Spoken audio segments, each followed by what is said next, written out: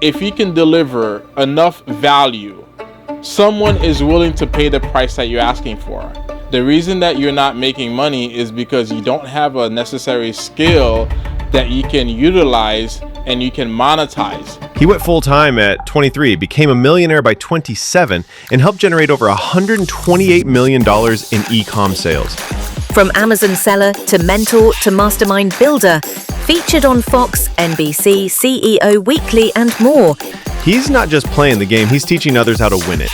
Meet the CEO of FinComMastermind.com, Evanson Israel.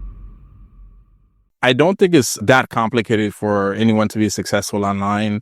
I believe, though, the main issue is people are more focused on making money versus delivering value and finding a vehicle that they can utilize to provide value to the marketplace to earn money.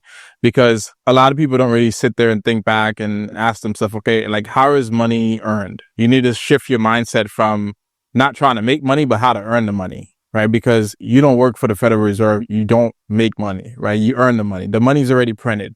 So what is going to allow somebody to say, okay, well, I'm going to trade you $100 for this because I feel like what I'm getting for the $100 is either worth it or the value is greater than the $100 that I'm giving you. And I say this all the time. You have to learn a skill set. The reason that you're not making money is because you don't have a necessary skill that you can utilize and you can monetize. Because, for example, right? You behind the screen right now, right? You're here helping me record this video, right? You have a skill set in order to properly set up the camera, make sure the background looks all good and everything, right? In order for us to record a video. And I'm willing to pay you for that because you had that skill set. So I think the biggest problem with a lot of people is they're so focused on making money, right? And as I said, you can earn money. It's already made. So you have to ask yourself, what can I do? What value can I provide to the marketplace? What skill do I have? Okay. And if you don't have a skill, I think everybody has a skill in something, right? But if you just go learn something, right? Learn something. Or better yet, if I had to start all over, what I would do is I would find somebody that has credibility, that has a working model and a working product, and I would be an affiliate of their program versus stressing myself trying to create something from nothing, because that's the hardest part of entrepreneurship, is finding out what is it that you can sell, what value can you provide to the marketplace. So becoming an affiliate first of a great product is a great way to go. So put your ego to the side, find a good product and promote it. And I truly think that when I first started out, if I had the opportunity to market a company such as ours, right, Vents Ecom, with this product, where somebody can just literally come in, not have the knowledge of the Amazon space, and I can say, hey, there's this company that has a great product. They will teach you how to properly set up your store. They will handle 95% of the business for you. All you have to do is be the CFO, fund the business, et cetera, and handle 5% of the task. Like, I would literally be much further along versus me trying to create something from scratch, because there's already a proven product. All I have to do is put in some sweat equity and learn to market the business properly, because who doesn't want to make an extra money or increase their cash flow, right? So, again, it's the skill set, it's the, willingness to partner with somebody that's already successful. And I think a lot of times people are so concerned about me, or, my brand and, building a name for themselves and things like that versus saying, okay, this guy here already has something, right? Let me partner up with them. Let me learn from somebody that's already ahead of me, right? And putting your ego to the side and saying, oh, I want to build something that's mine, or whatever the case may be. So now you have a skill set. How do you take that skill set and turn it into a business? Because there's a lot of people out here that are hustling and they think they have a business. There's a big difference between hustling and having a business. If I have a specific skill set, what I'm going to do is I'm going to consistently put myself out there showing people, hey, this is what I'm able to do. This works. This is what I'm able to do. And this works.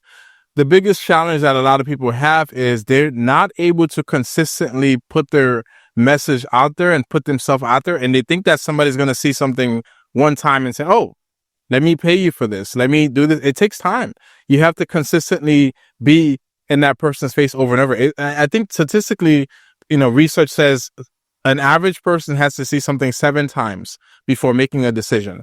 So you need to consistently prove to the marketplace that you have a model, you have something that works, you have a skill set that works, and you need to separate yourself from the competitors, because there's a lot of people out here that have gotten burned. No matter what industry you're in, they could have paid somebody else to do whatever for them. Maybe it's, recording a video for them, right?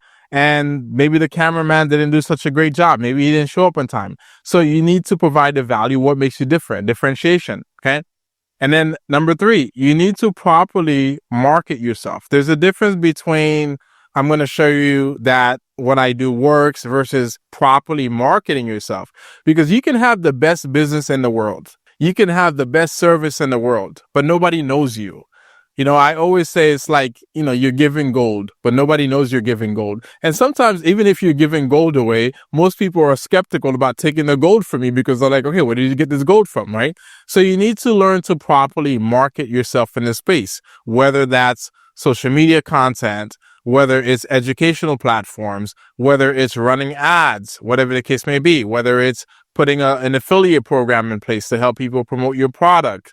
Okay, so you need to properly put yourself out there. I started a business, and how do I not compete in the race for the cheapest? In my business, right, I never focus on being the cheapest, and I don't think that's the best model, at least for me. I think Walmart does a phenomenal job at that, right? So when I was in university, right, one of the things that we talked about was, do you want to be a low-cost leader? Or do you want to be more so on the value side, right? And I've always preferred the value side. I don't want to be the cheapest guy, maybe not necessarily the most expensive, but I don't want to be the cheapest guy. Because here's the thing. I always feel like if you can deliver enough value, someone is willing to pay the price that you're asking for. A lot of entrepreneurs make the mistake of trying to be the cheapest. And sometimes when you're the cheapest, people look at you and they say, oh, this guy may not know what he's doing, because they're looking at you as someone that's not valuing themselves, right? They're like, oh, he's so cheap. Maybe he doesn't know what he's doing. Versus somebody else that can come and charge a bunch more money, and that person may not even be as good as you are. So I never go for the low cost leadership aspects in business. You have a product or service that's priced right. Like, how do you make sure you're not pricing it too low or not pricing it too high and pushing people's away? Yeah.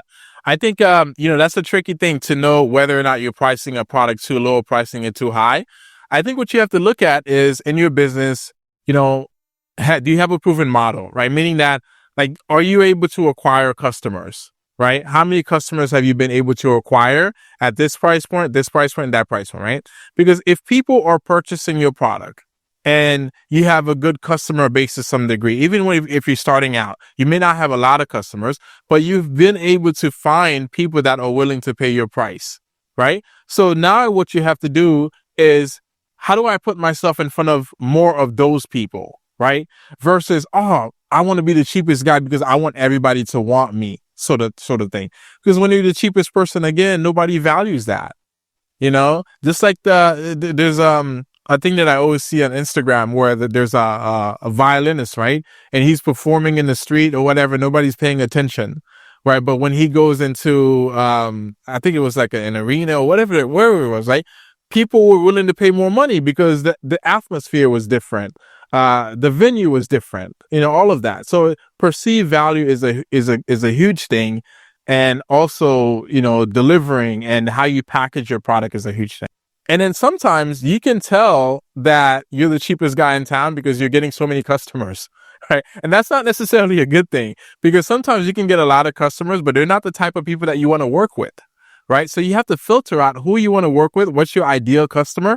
Does the customer fit your style of business? Do you enjoy working with that customer? You know what I mean? It's not just about, let me just grab everybody, because I can grab 5 people and you grab 10 or 20 and I'm making more money than you. And I'm enjoying what I do more than you, right? With your specific service priced at $35,000, how did you decide that? Was it what you found was the sweet spot between making a profit and the number of clients you could get? Or is it you determined that that was the value of what you were giving? How does that work? And are you planning to increase it? Yeah. So the pricing of our service right now, like you said, is $35,000, but it wasn't always like that, right? We increased our price over time based on the value that we felt like we were adding to the business and the results that we were able to provide for our clients, right? And I always say this, right now we're at 35,000, but realistically, I really want to be at $50,000 because I constantly feel like we're adding more and more and more value every single day. Not only that, I also look at the marketplace as well too and see where our competitors are. What's their price point? What's the value that they're providing? What's the transparency aspect that they're providing to their clients? What's the results their clients are able to get out of this?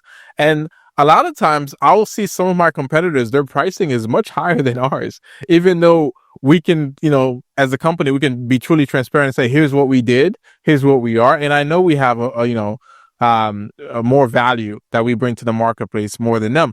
But in the beginning, when we first started out, our pricing was at $10,000. And then it went to 15, and then it went to 20, 25, 30. Now we're at 35 because over time we get better. We have more results. We're able to showcase that, and we continuously add value to our business. Referral can only get you so far. What's your strategy to get new clients? Honestly, I know you said referrals can only get you so far, but we put a heavy focus on our current clients. And the reason is it's a lot easier to close a referral because there's immediate trust, right? Like for example, you're helping me record this video. If I send somebody and say, hey, contact, so-and-so because he's great at what he does, that person that I'm referring to you knows that I've already worked with you. So there's a trust factor there. They don't have to come to you and say, hey, show me your work, show me what you've done, etc. So we put a lot of focus on our existing clients and making sure that we deliver as best as we can. Because if you take care of your current clients, automatically they will refer somebody. They will refer a friend or business partner because, and here's the thing too, especially at our price point at $35,000, there's a small niche of people that can afford a service, right? So the best way to find other clients that can afford a service is by our existing clients that was able to afford a service because, they have friends, they have, in the same bracket as them financially. A heavy focus on our clients and a referral is huge. Outside of that, we put a heavy focus on an affiliate program. Not necessarily affiliate programs in terms of referrals of current clients, but allowing anybody out there that has a brand, that has an outreach to promote our service. And then we also run ads. You have to run ads for your business because organically you can only go so far, so fast, right? So you have to put some fuel to the fire to get you where you want to go.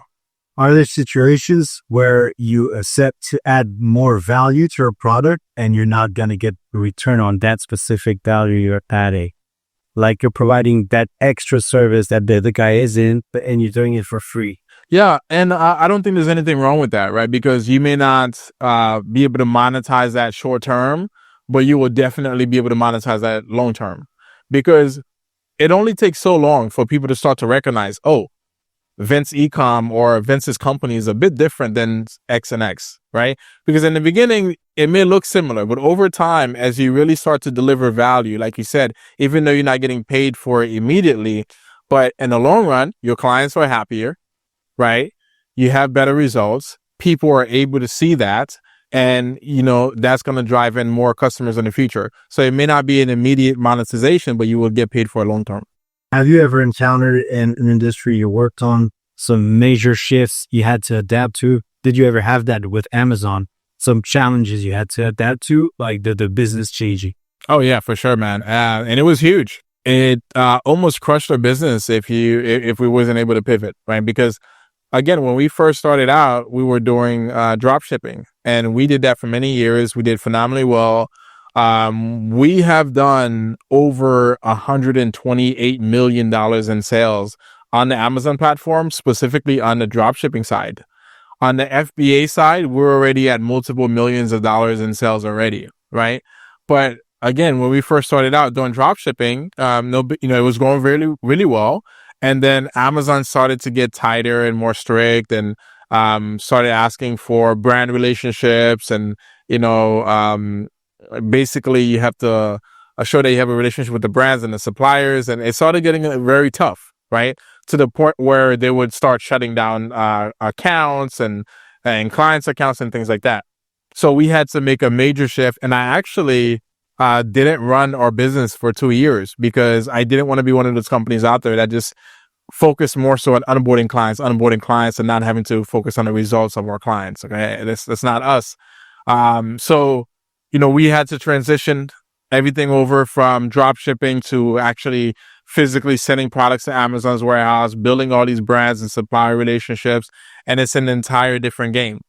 Do you know partners or people weren't able to adapt and didn't make it? Yeah, for sure. I think majority of the people in the industry were not able to adapt because I was one of the first people, if not the first person, that started managing accounts for clients, right? And I don't say that lightly because it sounds very egotistical, as you can say, But after me, there was a lot of companies that came into this space. Basically, everybody and their cousins was saying, "Hey, we can manage your Amazon account." And today, I don't really see too many companies out there. And the very few that are doing it, there's probably maybe a couple that are really doing it the right way, that really care, that are really trying to build those brand relationships and, are trying to do business with their partners long term. Okay. So a lot of people wasn't able to transition. And one of the things that we did was we try to make good on every single client that we brought on.